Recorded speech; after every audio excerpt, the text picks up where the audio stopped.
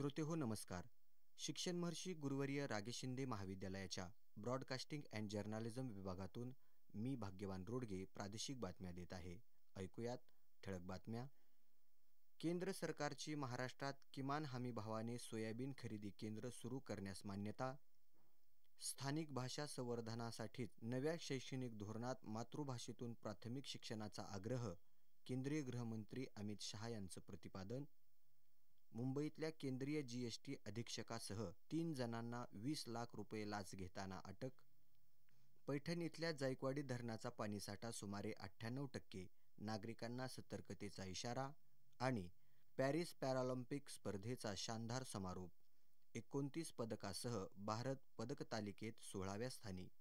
आता बातम्या विस्तारानं. केंद्र सरकारने महाराष्ट्र आणि कर्नाटक या 2 राज्यांमध्ये 90 दिवसांसाठी किमान हमीभावाने सोयाबीन खरेदी केंद्र सुरू करण्यास मान्यता दिली आहे.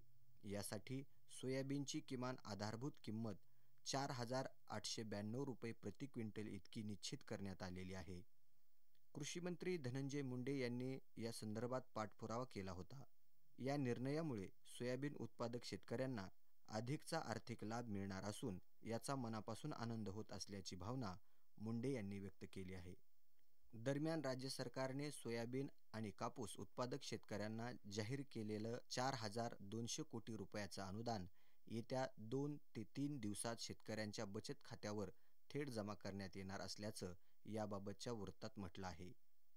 नुकत्याच झालेल्या अतिवृष्टीमुळे राज्यातल्या 10 जिल्ह्यात सुमारे 8,48,000 हेक्टर क्षेत्रावरील खरीप पिकांचं नुकसान झालं आहे. या नुकसानाचे पंचनामे सुरू असल्याची माहिती राज्याचे कृषी संचालक विनयकुमार आवटे यांनी दिली. कापूस, सोयाबीन आणि ज्वारी आदी पिकांचं आणि कांदा तसंच भाजीपाल्यांचंही नुकसान झाल्याचं कृषी विभागाच्या अहवालात म्हटलं आहे. स्थानिक भाषांचं संवर्धन गरजेचं असून त्यासाठीच मातृभाषेतूनच प्राथमिक शिक्षणाचा आग्रह करणारं शैक्षणिक धोरण आणल्याचं केंद्रीय गृहमंत्री अमित शहा यांनी म्हटलं आहे. मुंबईत समाचार या गुजराती वृत्तपत्राच्या द्विशताब्दीनिमित्त काल मुंबईत एका लघुपटाचं शहा यांच्या हस्ते प्रकाशन झालं. त्यावेळी ते बोलत होते. कुटुंबियांनी आपापसात मातृभाषेतच संवाद साधण्याचं आवाहन शहा यांनी केलं. वारकरी पंथाचं आध्यात्मिक आणि धार्मिक अधिष्ठान राजकीय अधिष्ठानापेक्षा मोठं असल्याचं प्रतिपादन मुख्यमंत्री एकनाथ शिंदे यांनी केलं आहे. देवाची आळंदी इथं झालेल्या वारकरी संत पूजन सोहळ्यात ते काल बोलत होते. आपल्या सरकारनं गेल्या 2 वर्षात घेतलेले 600 निर्णय सर्व समाज घटकांसाठी होते, याकडे त्यांनी लक्ष वेधलं. घरचं अर्थकारण सांभाळणारी लाडकी बहीण सगळ्यात हुशार असते असं सांगून या योजनेला विरोध करणाऱ्यावर त्यांनी टीका केली. यावेळी मुख्यमंत्र्यांच्या हस्ते मारुती महाराज कुरेकर यांना शांतीब्रह्म पुरस्कार तर रामराव महाराज ढोक यांना तुलसीदास पुरस्काराने सन्मानित करण्यात आलं. केंद्रीय अन्वेषण विभाग सीबीआयनं मुंबईतल्या केंद्रीय वस्तू आणि सेवा कर अधीक्षक आणि त्यांच्या साथीदारांसह 3 जणांना 20 लाख रुपये लाच घेताना रंगेहात पकडलं.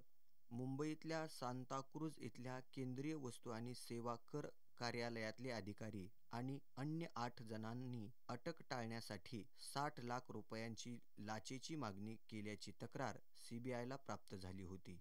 त्यानंतर सापळा रचून ही कारवाई करण्यात आली. मागणी केलेल्या रकमेपैकी 30 लाख रुपये हवालामार्फत घेतल्याची माहितीही सीबीआयने दिली आहे.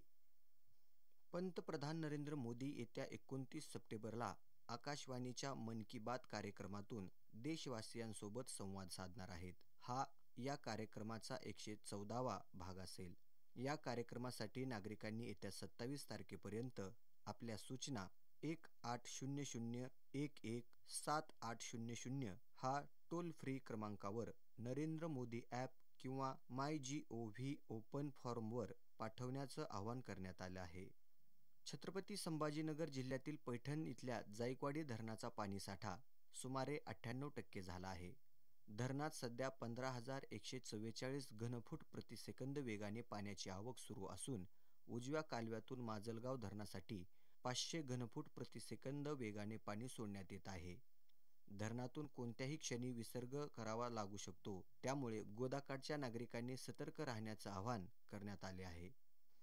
श्रोते हो, विविध देशात कशा रीतीने गणेशोत्सव साजरा केला जातो हे आपण जाणून घेत आहोत. श्रीलंकेत कोलंबो मधल्या सार्वजनिक गणेशोत्सवाची माहिती सांगत आहेत तेथे राहणाऱ्या मीनल रेनावीकर. श्रीलंकेमध्ये यावर्षी आम्ही पहिल्यांदाच सार्वजनिक गणेशोत्सव साजरा केला. इथेही हा कार्यक्रम साजरा करण्यासाठी आम्हाला सर्वांनी सहाय्य केलं. इथल्या कारागरांकडून डाव्या सोंडेचे सुंदर 2 फुटांची मूर्ती बनवून घेतली. येथील श्रीलंकन मुलांना आपल्या लेझिमीचे प्रशिक्षण देऊन आणि सिंहली ढोल पथकांच्या साहाय्याने ढोल, ताशा, लेझिमांच्या गजरात बाप्पाचे विसर्जन केले. हा सोहळा इंडियन हाय कमिशनच्या स्वामी विवेकानंद कल्चरल सेंटर, कोलंबो येथे दणक्यात साजरा झाला. या गणेश उत्सवाला भारतीय बांधव तर प्रचंड संख्येने उपस्थित होतेच, पण श्रीलंकन, तमिळ, सिंहलीज आणि काही फ्रेंच नागरिकही उपस्थित होते. पॅरिस पॅरालिम्पिक स्पर्धेचा काल शानदार सोहळ्यानं समारोप झाला. यावेळी पॅरिस प्रशासनाने पॅरालिम्पिक ध्वज आंतरराष्ट्रीय पॅरालिम्पिक समितीचे अध्यक्ष अँड्र्यू पार्सन यांच्याकडे सोपवण्यात आला. त्यांनी हा ध्वज लॉस एंजेलिस प्रशासनाकडे सोपवला. 2028च्या पॅरालिम्पिक स्पर्धा लॉस एंजेलिसमध्ये होणार आहेत. या समारोह सोहळ्यात सुवर्ण पदक विजेते तिरंदाज हरविंदर सिंग आणि धावपटू प्रीती पाल हे भारतीय पथकाचे ध्वजवाहक होते. या स्पर्धेत भारतीय खेळाडूंनी 7 सुवर्ण, 9 रौप्य आणि 13 कांस्य पदकासह एकूण 29 पदकांची कमाई करून पदक तालिकेतील 16वे स्थान पटकावलं. या स्पर्धेच्या इतिहासात ही भारताची सर्वोत्तम कामगिरी आहे. नारायण काळदाते स्मृती सन्मती पुरस्कार प्राध्यापक डॉक्टर तस्नीम पटेल यांना आज अंबेजोगाई इथं प्रदान केला जाणार आहे. 21,000 रुपये, सन्मानपत्र आणि स्मृतिचिन्ह असं या पुरस्काराचं स्वरूप आहे. हवामान. येत्या 2 दिवसात कोकणात बहुतांश ठिकाणी, मध्य महाराष्ट्र आणि मराठवाड्यात काही ठिकाणी तर विदर्भात अनेक ठिकाणी पाऊस पडण्याची शक्यता हवामान विभागाने व्यक्त केली आहे. याबरोबरच आजचं बातमीपत्र समाप्त होत आहे. धन्यवाद.